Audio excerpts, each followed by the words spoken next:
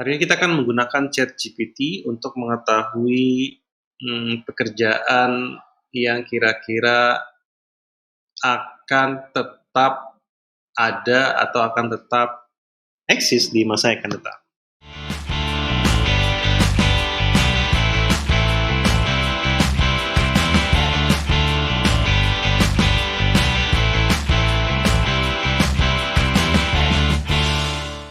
Kita chat ya. Pekerjaan apa yang akan tetap eksis di masa depan? Nah, enaknya sekarang ada ChatGPT. Ini mulai ada beberapa jenis pekerjaan yang diperkirakan tetap di masa depan, tenaga kesehatan, menarik, pengembang teknologi, ini kayak apa namanya, mungkin kayak software developer, guru. Ini menarik ya, ini ada beberapa, ini isunya lagi rame terkait dengan AI ya. Nah ini mungkin ada beberapa di pekerjaan masa datang tetap ada, namun tidak terganggu AI. Cuma mungkin bisa terganggu AI, kayak ahli keuangan kan juga mungkin bisa terganggu oleh AI. Nah kita lihat lagi kerjaan apa di masa depan yang tidak tergantikan oleh AI. Ini kita lihat nih, ChatGPT itu apa ya? Pekerjaan yang membutuhkan kreativitas. Nah, pekerjaan yang membutuhkan empati. Nah, ini apa lagi ya? Ini kayaknya sih lebih kepada soft skill ya. Kalau kita lihat ya, interaksi sosial, kemudian kita lihat keputusan moral, decision. Ini sepertinya pekerjaan-pekerjaan yang dibalut dengan kemampuan soft skill yang ada.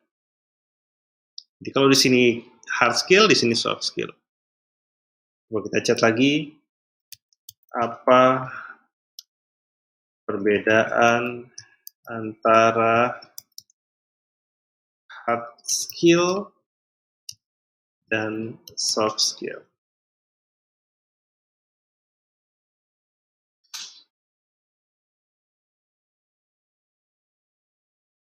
Hard skill adalah jenis keterampilan berbeda. Nah, hard skill termuat teknik yang terkait dengan tugas atau pekerjaan tertentu. Nah, kayak tadi tuh ya berarti ya. Dia mirip seperti yang di chat utama nih, tenaga kesehatan, guru yang punya kompetensi ya lah ya, hard skill itu untuk bisa melakukan suatu pekerjaan. Nah, hard skill diperlukan untuk menyelesaikan tugas-tugas tertentu. Jenis pekerjaan hard skill lebih dibutuhkan dalam pekerjaan teknis, seperti teknisi, peneliti, sedangkan soft skill lebih sering dibutuhkan dalam pekerjaan melibatkan interaksi.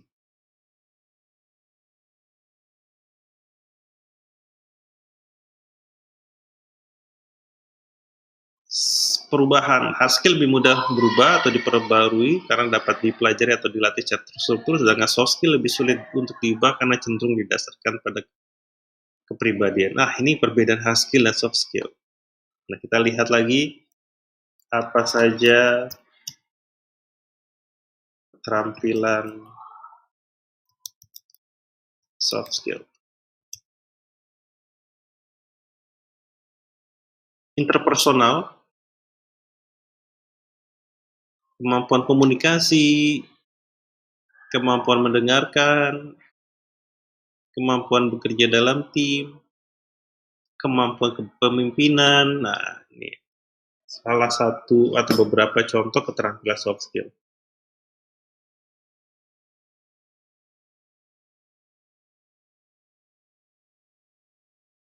Keterampilan memimpin diri sendiri, kemampuan berempati. Yang tadi itu ya, kemampuan berempati itu yang tadi kita lihat, kemampuan untuk bekerja dengan dalam tekanan dan sebagainya ya. Menarik ya, keterampilan soft skill.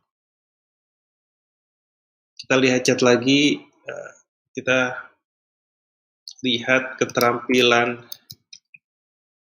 soft skill yang dibutuhkan di masa depan. Nah, kenapa hari ini pengen banget nih ngebahas atau nanya ke ChatGPT terkait dengan apa namanya keterampilan-keterampilan yang dibutuhkan terutama di soft skill di masa yang akan datang. Karena menarik ya, di sini ada kemampuan beradaptasi, kemampuan inovasi, kemampuan memecahkan masalah, kolaborasi, komunikasi, bahkan kemampuan kepemimpinan, kemampuan berempati, kemampuan berpikir analitis, kemampuan untuk mempertahankan kerjasama. Nah, ini ada beberapa keterampilan yang akan dibutuhkan di masa yang akan datang. Teman-teman bisa juga chat GPT ya, chat aja, cek aja pekerjaan, terutama misalkan apakah pekerjaan teman-teman sekarang ini kelak akan hilang atau tergantikan oleh AI atau tidak. Karena AI itu tidak bisa menggantikan soft skill. Tadi kan kita lihat soft skill itu sebenarnya perbedaannya ya. Ini perbedaannya itu ada didasarkan pada kepribadian dan pengalaman hidup. Jadi berarti kemampuan soft skill itu sebenarnya belum bisa diinjek ke dalam AI. Gitu. Nah, jadi untuk bisa tetap eksis nih pekerjaan teman-teman adalah dengan melakukan atau dengan mempunyai kemampuan soft skill. Apa saja kemampuan soft skill yang tadi kita chat tuh di masa depan, diantaranya adalah kemampuan beradaptasi dengan perubahan, kemampuan berinovasi, kemampuan ingin belajar maksudnya, kemampuan kreativitas, problem solving, collaboration, komunikasi ini penting banget, dan sebagainya. Kepemimpinan, nah ini sepertinya soft skill atau kemampuan teknis yang harus dipunyai sambil untuk meningkatkan kemampuan hard skill-nya. Nah, kita lihat chat lagi ya. Urutkan keterampilan soft skill mulai dari yang terpenting sampai dengan yang tidak penting gitu ya. Atau kurang penting. Kita lihat ya, itu keterampilan soft skill yang terpenting nggak? Oh iya, oke. Kemampuan komunikasi, kemampuan untuk bekerja dalam tim, kemampuan kepemimpinan, kemampuan memecahkan masalah, problem solving, kemampuan berpikir analisis, kemampuan untuk belajar dan inovasi. Nah, ini urutannya ya. Jadi yang pertama itu adalah komunikasi. Menarik karena kita di hidup ini sudah mulai komunikasi, tapi ini justru harus mempunyai kemampuan komunikasi. Mencakup mendengarkan yang baik, ya itu kan ada parameternya berarti. Kemampuan komunikasi seperti apa yang harus kita punyai, kemampuan mendengarkan dengan baik, mengartikulasikan pemikiran dengan jelas atau menyampaikan maksud mungkin ya. Terus berkomunikasi dengan berbagai kelompok orang. Nah, mungkin bagi kita kita sering bicara tapi nggak kurang mendengarkan, sulit menyampaikan apa yang mau kita maksudkan sehingga orang tidak paham atau kadang intensnya jadi salah. Kemudian kadang kita sulit berkomunikasi dengan banyak orang. Ini penting nih. Nah, di video-video selanjutnya nanti kita akan sama-sama bahas ya terkait dengan kemampuan komunikasi seperti apa yang nanti harus teman-teman punyai. Nanti kita akan bahas sama-sama di channel YouTube ini. Kemudian kemampuan untuk bekerja dalam tim, kita akan sama-sama ngebahas lebih lanjut. Kemampuan kepemimpinan nanti kita akan bahas satu persatu ya. Nah, kali ini kita akan coba lihat keterampilan soft skill yang terpenting, nggak tidak penting. Yang pertama adalah kemampuan berkomunikasi. Nah, kita lihat ya, apa saja kemampuan berkomunikasi yang dibutuhkan. Untuk, sorry ya, kita akan lihat.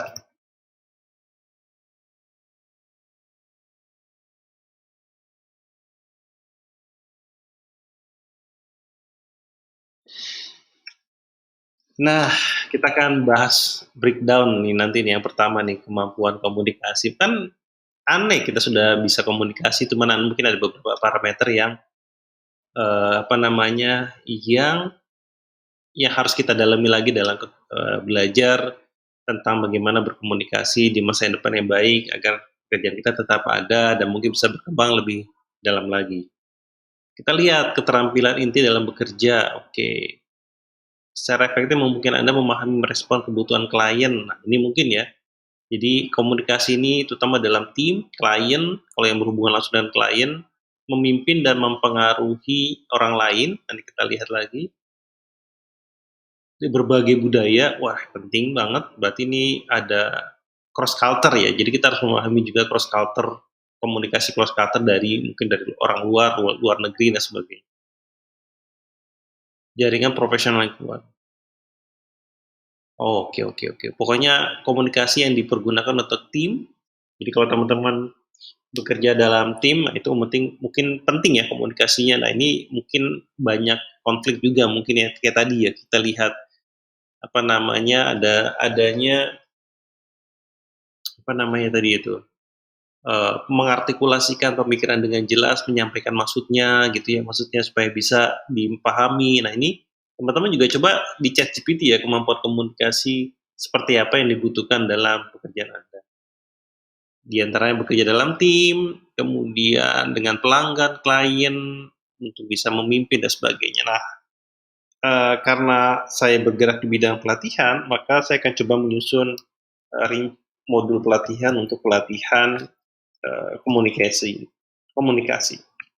Saya bilang ke ChatGPT, rincikan modul pelatihan pelatihan keterampilan efektif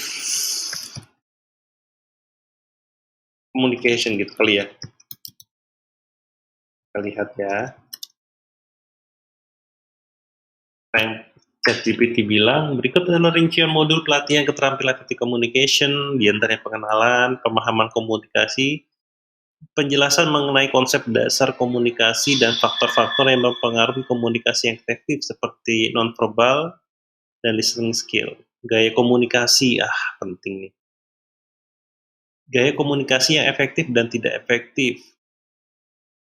Mengatasi hambatan dalam komunikasi, tujuan komunikasi, kemampuan listening, tadi kan kita lihat ya, kurang bicara, banyakkan mendengar, namun ketika bicara kita dapat menginfluence atau bisa mempengaruhi banyak orang. Kemampuan persuasif, bagaimana mengembangkan argumen efektif, kemampuan dalam presentasi, komunikasi melalui media sosial, menjaga etika dalam komunikasi. Nah, ini penting-penting nih. Evaluasi dan penutup. Nah, ini kira-kira di channel ini juga akan dibahas nih banyak hal nanti tentang komunikasi ya, termasuk nanti bagaimana teman-teman tahu bagaimana saya nanti membuat presentasi, bagaimana membuat modul pelatihan, baik pelatihan komunikasi atau pelatihan yang lain yang berhubungan dengan soft skill yang sudah dibilang oleh ChatGPT ini yang penting-penting ya, seperti inovasi, berpikir kreatif, kemudian berempati dan sebagainya. Nah, kita akan mulai dulu pertama kali karena ChatGPT kan bilang tuh ya, berikut adalah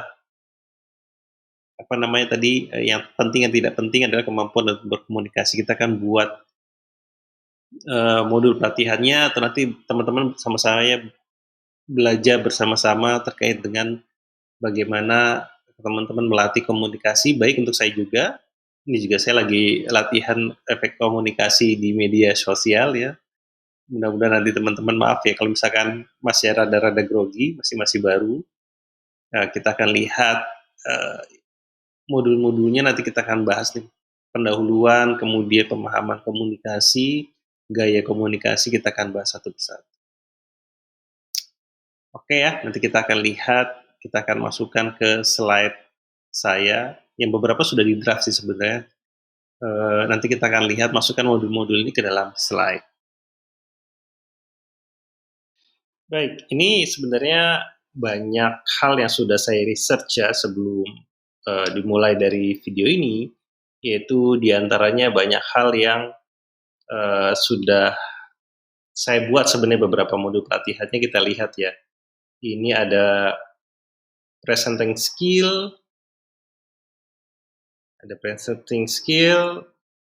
kemudian ada menjadi trainers, kemudian ada jadi public speaking, personal branding, ada lagi communication yang tadi kita bahas, kemudian ini ada 10 soft skill yang hasil riset tadi di ChatGPT yang mungkin belum selesai ya saya buatnya, namun pembahasan kali ini kita akan lihat apa saja yang perlu dilatihkan untuk bisa berkomunikasi ya berdasarkan ChatGPT tadi, keterampilan soft skill yang harus dimiliki oleh tiap individu baik dalam tim atau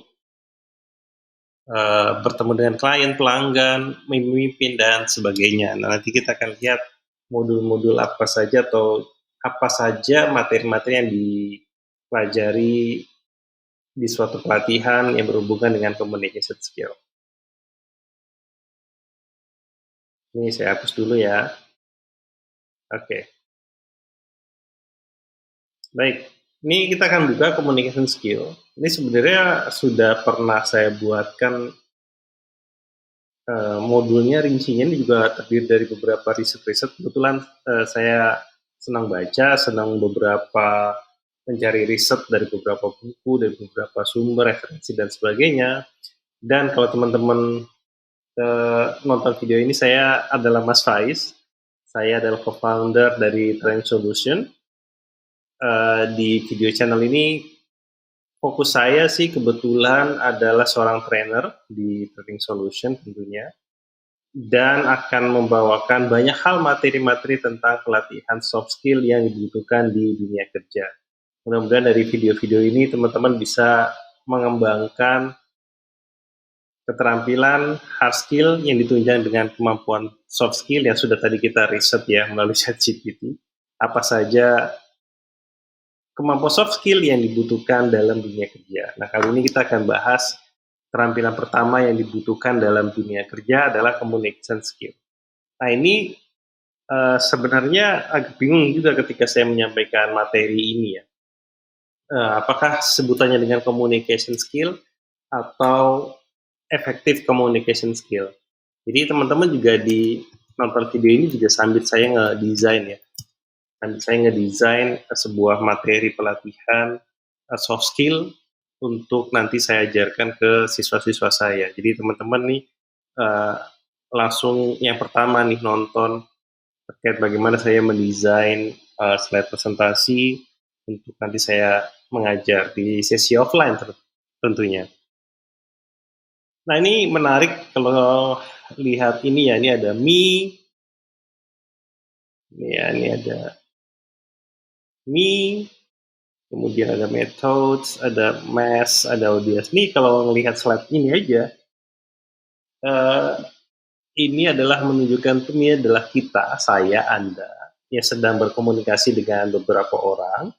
Nah, kalau metode ini adalah metode yang digunakan oleh saya, metode yang digunakan oleh saya untuk bisa berkomunikasi dengan Anda.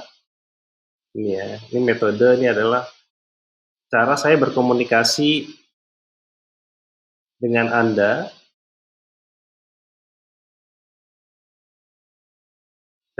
cara saya berkomunikasi dengan Anda, ini ya, ini cara berkomunikasi saya dengan Anda.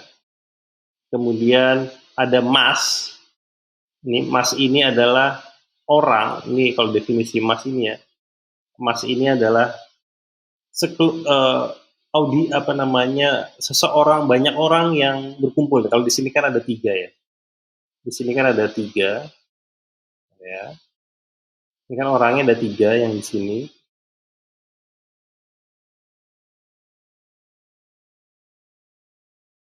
Di sini orangnya ada 3, ada 1, ini ada 2, ini ada 3. Nah, itu disebutnya mass. Jadi kalau kita bicara sama orang lain, dari sekian banyak orang, dari banyak orang itu disebutnya dengan mass, orang, kumpulan orang. Cuma nanti ada nama lainnya dari teman kita atau di antara kita tuh ada salah satunya di audiens. Audiens ini adalah orang yang bisa mengambil hikmah atau bisa memahami atau bisa mengerti apa yang kita maksudkan. Paham nggak sampai sini? Jadi kalau mas itu adalah sekumpulan orang yang kita terlibat dalam sebuah komunikasi, jadi ada 1, 2, 3 orang kalau dalam hal ini. Audiens ada orang yang tertarik, orang yang paham, orang yang mengerti apa yang kita bicarakan. Jadi dari sekian orang, nggak semua tuh kadang kita bisa nyampai pesan kita ke semua orang. Nah, ada beberapa orang nih yang nyampe pesannya itu disebutnya dengan audiens. Nah, audiens yang tepat dalam berkomunikasi adalah akan mempermudah cara kita menyampaikan apa yang kita maksudkan.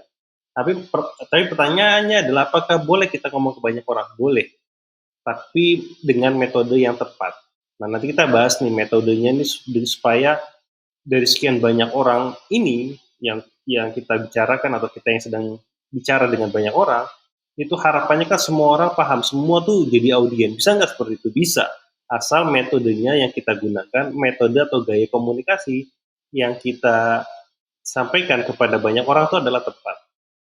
Makanya penting nih untuk mengetahui gaya komunikasi kita. Seperti tadi itu di ChatGPT adalah mengetahui gaya komunikasi kita. Nah, bagaimana kita paham atau kita mengerti gaya komunikasi adalah dengan melihat seperti apa cara kita bicara, cara kita menyampaikan pesan. Karena tiap orang itu bisa berbeda-beda dalam menyampaikan pesan. Nanti kita lihat, kita belajar satu-satu. Nah, ini menarik. Saya udah jadi ngajarin ini, padahal di slide pertama. By the way, materi presentasi atau slide modul ini belum selesai. Jadi teman-teman mudah-mudahan bisa ngikutin vlog saya ini untuk bisa bareng-bareng menyusun materi pelatihan yang nanti mungkin dari sisi saya merancang ini teman-teman paham bagaimana saya merancang pelatihan, dan mungkin dari sisi pembahasan ini teman-teman paham ya apa yang dimaksudkan, apa yang mau saya sampaikan terkait dengan peningkatan soft skill. Nah, ini adalah lembaga baru saya. Nah, di vlog ini mudah-mudahan teman-teman mengikuti saya bagaimana saya membangun training solution dari nol. Nah, ini sudah baru mulai di bulan Maret ini. Sebenarnya sudah di start di Februari, cuman dokumentasi yang mau saya dokumentasikan itu tentang perjalanan hidup saya membangun training solution, yaitu salah satu soft skill training, berfokus pada soft skill training, pengembangan soft skill yang nanti bermanfaat buat teman-teman yang mau bekerja atau yang sudah bekerja. Nah, ini saya Pak Mas Faiz, CEO dan co-founder dari Training Solution. Nah, ini yang menarik adalah Communication Scale Dimension. Nah, ini ada dari salah satu buku yang sempat saya baca, yaitu dari Competence at Work, Spencer and Spencer. Itu bagus banget bukunya. Sebenarnya ini bukan skalanya communication ya, bukan skalanya communication, yaitu adalah skala dari achievement and impact. Nah, dari slide ini sebenarnya saya mau ngasih tahu bahwa gaya kita bicara, gaya kita menyampaikan pesan, itu mungkin ada skalanya, mungkin nggak semua atau nggak banyak orang bisa paham berimpact. Kalau tadi disebutnya saya bilang audiens, nggak semua masa itu jadi audiens kita. Jadi kalau pengen tahu seberapa influence-nya, impact-nya, cara kita bicara, cara kita menyampaikan pesan, itu kita lihat di level, ini salah satu contoh aja ya, karena menarik dari buku Competence as Works, saya coba mendefinisikan bahwa cara berkomunikasi seseorang itu ada skalanya, ada dimensinya, dan kita sebenarnya bisa melihat diri kita sendiri, skala dimensi kita itu ada di mana. Nah, kalau misalkan kita lihat ya di skala level 1 ini individual performance only, jadi kalau kita bicara, kita menyampaikan ini berefeknya kepada diri kita sendiri aja gitu. Orang kita dengar orang bicara, kita berefeknya pada diri kita sendiri. Kita menyampaikan pesan ya mungkin hanya kita saja yang paham atau kita mengerti. Kalau kita lihat level 2 tuh kalau kita menyampaikan pesan tuh bisa berefek kepada 1 atau 2 orang. Kalau level 3 itu bisa 14 4-15 orang, di level keempat bisa lebih dari 15 orang, di level kelima bisa satu divisi, bisa ke beberapa divisi, bahkan ini seluruh industri. Nah, coba deh kalau dari sisi ini, teman-teman ketika menyampaikan pesan atau ketika berbicara kepada orang lain, itu berada pada skala level di mana? Mudah-mudahan sih skala levelnya sudah bagus ya, 7 mungkin. Dan kalau yang belum, bagaimana kalau yang belum baru satu atau dua, bisa kan kita tingkatkan bisa. Nanti kita sama-sama di cara saya merancang pelatihan yang mungkin dari jadi dokumenter saya nih merancang pelatihan, teman-teman juga bisa sambil belajar beberapa software nanti akan saya create melalui sebuah pelatihan offline atau online. Mudah-mudahan nanti di sini juga teman-teman bisa dapat manfaatnya lah ya. Nah, by the way, ini sebenarnya materinya tuh udah saya buat ya. Ini juga saya riset dari beberapa buku, ya saya bandingkan lagi dengan ChatGPT dan sebagainya. Ada beberapa materi pelatihan kalau teman-teman atau saya ingin menguasai komunikasi. Nah, ini ada beberapa hasil riset yang saya lakukan. Di antaranya harus menguasai verbal komunikasi. Apa itu verbal komunikasi nanti kita bahas.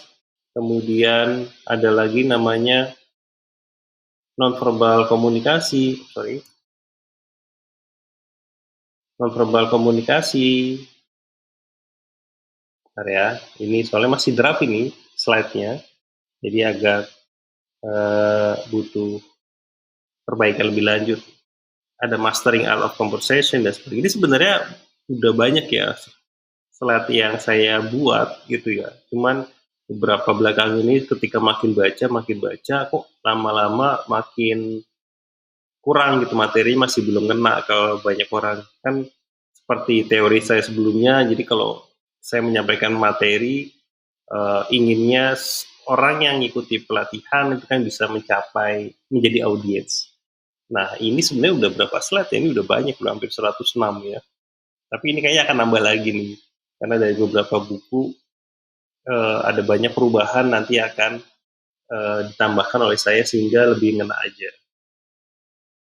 Nah ini ya, jadi course structure-nya ini nanti mungkin akan berubah. Teman-teman nanti ini yang pertama ada understanding komunikasi, verbal komunikasi, kemudian non-verbal komunikasi, mastering art of conversation, dan sebagainya. Nah, ini kayaknya banyak akan berubah nih. Ini sebenarnya udah saya buat, cuman mungkin akan banyak berubah terkait dengan banyakan buku yang saya baca gitu ya. Jadi akan jauh lebih efektif lagi.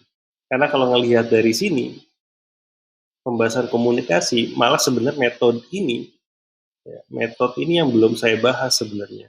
Metode ini belum saya bahas. Lebih banyak sebenarnya pembahasan yang sampai 106 slide itu sedikit ke mas, sedikit ke audiens. Nah, ini mau saya bahas dulu nih, metodenya itu apa, bagaimana saya itu supaya bisa menyampaikan pesannya itu adalah mengetahui gaya komunikasi kita. Nanti sama-sama saya akan desain juga nih bareng-bareng bagaimana kita menemukan metode gaya komunikasi kita agar yang mas itu bisa menjadi audiens, bahkan seluruhnya mas itu bisa jadi audiens. Nah ini ada banyak slide ya, nanti kita akan di video selanjutnya kita akan lihat lagi bagaimana saya menyusun materinya sambil nanti teman-teman belajar juga terkait dengan komunikasi, sama-sama belajar terkait dengan komunikasi. Baik, sampai sini dulu video tentang vlog pertama nih tentang training solution. Saya membangun training solution yaitu dengan mempersiapkan materi-materi soft skill yang mungkin nanti bermanfaat buat teman-teman, juga buat orang yang sudah bekerja maupun yang belum bekerja, sekaligus nge-vlog sebagai dokumenter bagaimana saya menyusun pelatihan atau presentasi pelatihan yang mungkin nanti teman-teman bisa ambil manfaatnya jika ada yang baik, disusun kembali untuk bisa di-customize sesuai dengan kebutuhan teman-teman di perusahaan, untuk pribadinya dan yang lainnya. Kita ketemu di video selanjutnya karena ada beberapa materi yang mau saya tambahkan yang sambil saya nge-vlog, saya rekaman, saya akan lihat bagaimana menyusun sebuah pelatihan komunikasi, yaitu dengan mencari tahu gaya komunikasi kita, mencari gaya komunikasi kita nih yang bermanfaat untuk nanti orang-orang jadi lebih paham lagi. Sampai ketemu di video selanjutnya. Jangan lupa like, subscribe, dan komen di video ini. Kemudian jika ada yang perlu ditanyakan atau perlu dibahas, silahkan komentar di bawah. See you in the next video.